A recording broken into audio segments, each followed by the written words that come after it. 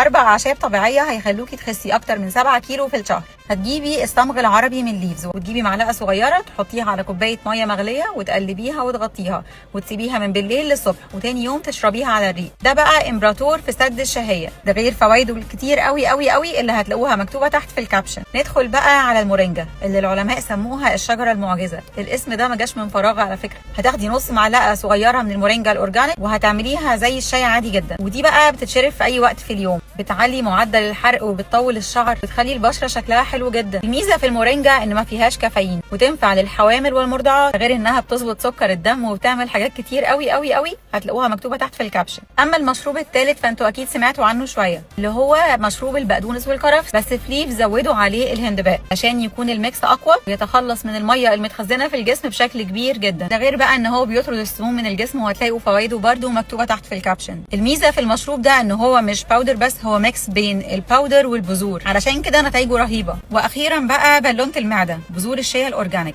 بنجيب معلقه صغيره من بذور الشيا وبنحطها على ازازه ميه، ممكن نضيف ليها خل تفاح او عصير ليمونه، وبنعملها من بالليل ونشربها تاني يوم طول اليوم، كل شويه ناخد بق كل شويه ناخد بق. لو استمريتوا على الحاجات دي لمده شهر ونص هتلاقوا نزول كبير جدا في الوزن، طبعا مع نظام غذائي. هتلاقوا كل التفاصيل عن الحاجات اللي قلتها مكتوبه تحت في الكابشن.